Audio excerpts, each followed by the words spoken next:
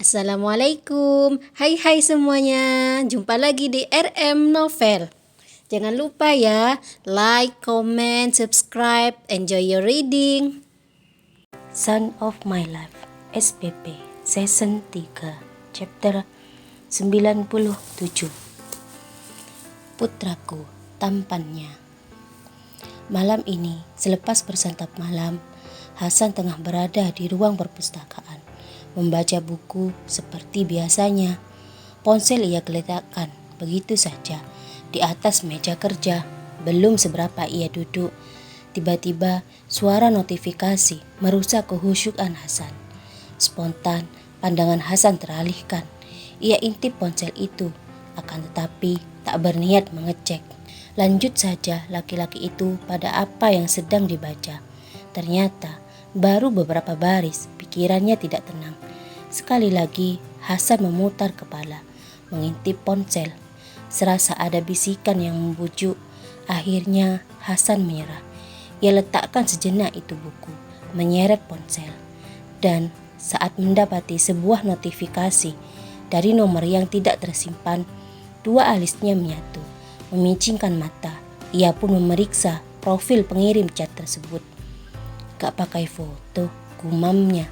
Walau ragu, juga was-was, Hasan tetap saja membuka video pada chat tersebut. Dan sungguh ia tak menyangka, mulutnya menganga. Kaget kala menonton video tersebut. Berisi apakah video itu? Itu tak lain rekaman saat Zadid tampil. Lalu, siapa yang mengirim rekaman tersebut? Jawabannya tak lain adalah Gus Said. Ya, sewaktu mendampingi Zadid berlatih basket di klub, ia menanyakan nomor kontak Hasan pada seorang yang ditunjuk menjemput. Sayang, orang tersebut tidak memiliki, sehingga jadilah ia bertanya pada Zadid. Untungnya, Zadid hafal nomor kontak baik Hasan ataupun Naura. Assalamualaikum, boleh tahu siapakah ini? Demikian yang diketik Hasan sebagai tanggapan atas video yang ditonton. Waalaikumsalam, saya Said Ustadz, balas Gus Said. Lekas diterima oleh Hasan. Merasa tidak nyaman berkomunikasi lewat chat, Hasan memilih menghubungi Gus Said, yang kala itu tengah berada di aula tempat perlombaan berlangsung. Gus Said sendiri juga mengikuti lomba GSP. Oh, maksudnya sebuah ajang lomba tarik suara yang dinamai Gema Santri Putra. Pemenangnya ditentukan dari seberapa banyak vote yang diberikan oleh santri, baik itu santri putra ataupun santri putri. Bak ajang lomba menyanyi, terdapat juri pula. Sungguh saya nggak percaya bisa dapat chat dari Gus. Dari mana Gus mendapati nomor kontak saya? Ungkap Hasan setelah Gus Said memisahkan diri sejenak dari keramaian. Itu saya bertanya pada putra Ustadz, balas Gus Said. Oh, apa lombanya masih berlangsung? Tanya Hasan lagi. Iya Ustadz. Jangan panggil saya Ustadz, saya hanya orang biasa, celetuk Hasan, menegur lantaran merasa malu mendapati penghormatan dari seorang Gus. Justru saya merasa tidak sopan jika tidak memanggil demikian. Saya bahkan mengagumi Ustadz. Gus ini, apa yang Gus ini, apa yang dibikin kagum? Rasanya tidak ada dari saya yang pantas dikagumi, kata Hasan, merasa rendah diri. Ustadz terlalu merendah, saya pendengar setia channel Ustadz, meski masih baru bergabung, ungkap Gus Said. Saya bertambah malu ini. Terima kasih Gus atas kiriman videonya. Maaf Gus, saya mengganggu. Saya hanya tidak enak saja jika tidak berbicara secara langsung. Sama-sama Ustadz, balas Gus Said mengakhiri percakapan. Dan selepas obrolan singkatnya dengan Gus Said, tak sabar Hasan bangkit dari kursi. Ia seret langkah kakinya lebih cepat, kembali ke kamar. Saat itu Naura tengah rebahan, sedikit bersandar di tempat tidur dengan masker menutupi wajahnya. Ya Allah adik, kaget mas, seru Hasan mendapati sang istri. Sahut Naura merasa mulutnya dilumuri lem. Sayang, mas punya sesuatu yang mau ditunjukkan ke adik, ungkap Hasan merangkak naik ke tempat tidur. Naura hanya melirik, selebihnya ia tidak menanggapi, mengubah posisi pun tidak. Tetap itu pandangan hanya tertuju pada satu arah, yakni pada layar televisi. Hasan masih dengan antusias yang tak berkurang mengguncang lengan sang istri, menuntut wanita itu mengalihkan pandangan. Apa? Tanya Naura, terdengar malas bicara, juga malas merespon. Sayang, coba duduk, jangan bersandar gini, tegur Hasan. Kendati malas, Naura tetap menuruti.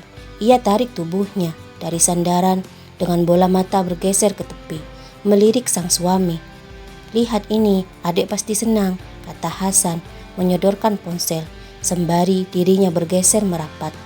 Apa yang harus dilihat? Balas Naura, balik bertanya, walau mulut enggan terbuka lebar. Jangan banyak pertanyaan, adik pasti bakal senang, sahut Hasan, membuka video langsung dari beranda chat. Lalu apa yang terjadi? Saat video telah diputar, sungguh jantung Naura berdegup kencang kala nama putranya dipanggil oleh seorang juri di layar ponsel. Fokus ia menatap layar, menyaksikan sang anak melangkah maju, lalu berdiri dengan mikrofon di tangan. Tampak ia bersiap membaca bacaan Bilal Jumat yang telah diajari oleh Hasan saat kunjungan tempo hari. Loh, adik kenapa? Kok nangis? Tegur Hasan saat tiba-tiba Naura terisak. Ya, entah kenapa mendadak emosi berkecamuk di dada. Antara bahagia, juga rindu, juga haru bercampur menjadi satu.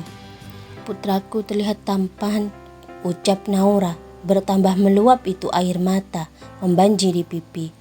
Adik ini kenapa? Kata Hasan sekali lagi bertanya.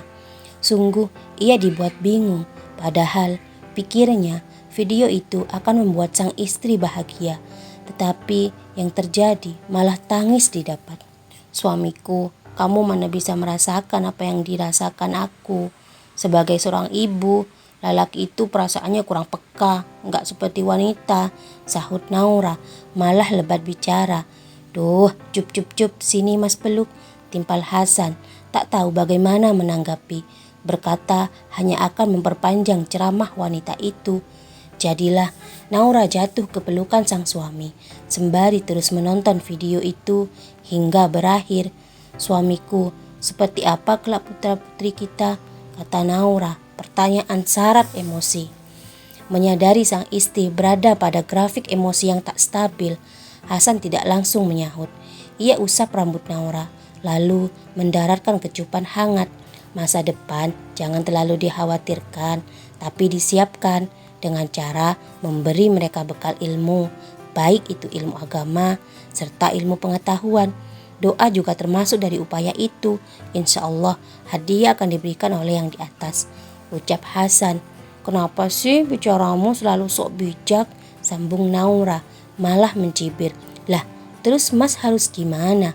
Bukannya tugas mas membesarkan hati adik saat hati itu merasa tidak tenang serta gundah?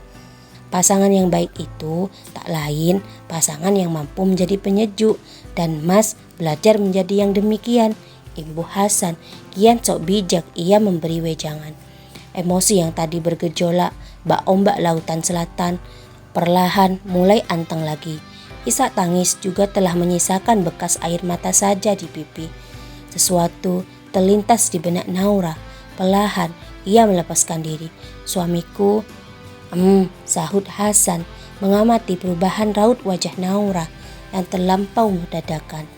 Suamiku, tetap di sini ya, jangan beranjak pergi, pintanya sebagai tanggapan atas sorotan penuh tanya sang suami. Walau dibuat bingung, Hasan mengangguk. Selebihnya turunlah Naura lekas. Dengan langkah penuh bahagia, ia berjalan mencapai meja rias. Dari tempat tidur, Hasan mengintip. Sungguh bertambah penasaran ia apa yang akan diperbuat oleh sang istri. Mendadak dada Hasan bergetar, cemas pada dirinya sendiri. Apa itu dek? Tanya Hasan mengintip tangan Naura yang disembunyikan ke belakang. Bukan apa-apa, jawab Naura merangkak ke tempat tidur, merapat ke sang suami.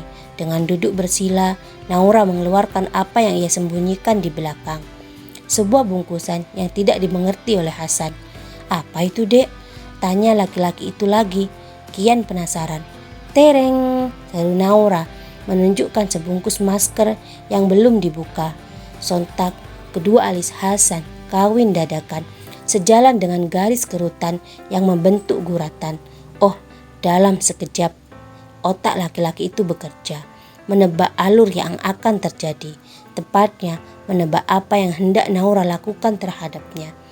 "Jangan coba-coba pakaikan itu ke muka Mas," tolak Hasan mengingatkan. Sayang, ancaman itu tidak berpengaruh sama sekali bagi Naura. Dengan santai, abai akan perkataan Hasan, ia malah membukanya, mengeluarkan masker itu segera dari dalam bungkus.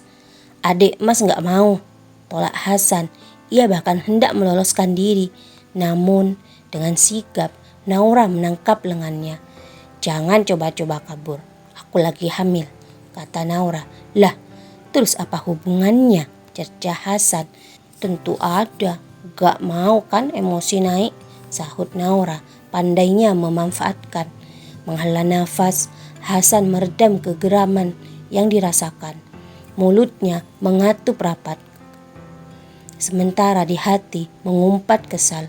Merasa kemenangan berada pada genggaman, Naura memerintah Hasan bersandar tenang. Lalu saat laki-laki itu bertindak patuh, Naura pun menerapkan masker tersebut pada wajah sang suami. "Adik Mas ini bukan bencong," kata Hasan. "Dikira laki-laki itu gak butuh perawatan. Di luar sana banyak laki-laki yang melakukan perawatan, gak mau kalah dari pasangan mereka, apalagi yang masih jomblo," bantah Naura. "Ya biarkan mereka, toh Mas sekalipun gak perawatan tetap ganteng. Buktinya adik bilang Mas ganteng manis," kilah Hasan. "Sudah jangan banyak bicara," tegur Naura. Selesai menerapkan masker, ia sendiri turut bersandar. Seketika suasana diliputi keheningan. Itu lantaran tak ada lagi obrolan tercipta. Merasa tak nyaman berada pada suasana demikian, bola mata Hasan melirik ke samping, menegur Naura yang tak terdengar suaranya. Kenapa main bisu-bisuan begini?" kata Hasan bertanya. "Banyak bicara itu ntar maskernya copot," sahut Naura. "Oh," seru Hasan dibungkam. Dan jadilah laki-laki itu juga rapat menutup mulut, mengikuti jejak sang istri yang hanya fokus menatap layar televisi. Entah kenapa, bukannya menikmati tontonan, kantuk malah datang menyerbu. Tak kuasa melawan, pada akhirnya Hasan menyerah. Terlelap ia dengan dengkuran yang mengusik telinga. Orang ini film seru begini malah tidur. Bisa-bisanya dia gak suka nonton televisi," gumam Naura menoleh ke Hasan, memperhatikan ia yang rapat terpejam. "Sepertinya harus diabadikan ini," lanjut Naura. Jiwa usilnya terjaga begitu saja. Dan secepat kilat ia sambar ponsel yang terselip di samping bantal. Dengan semangat ia menyalakan video, siap merekam sang suami yang tertidur dengan masker di wajah, plus suara dengkuran sebagai irama alias background. "Marah gak ya kalau aku bagikan ke grup koplak?" kata Naura. Sepertinya kian berkembang saja itu keusilan. Sekedar info, grup koplak yang dimaksud oleh Naura tak lain beranggotakan 3 kunyuk. Angga serta pasangan mereka, Andi serta Natali juga turut bergabung. Kendati jumlah grup tak begitu banyak, namun ramainya itu grup tak mengalahkan grup seantero kampung. Dan saat Andi serta Andi berbagi bakat mereka seputar perjamuan, juga kiat-kiat menggait cewek, kaum Hawa unjuk rasa. Detik berikutnya, setelah selesai merekam sang suami, tanpa berpikir panjang, Naura langsung membagikan rekaman tersebut. "Pasti besok ini bakal ngamuk," ucapnya mempersiapkan diri.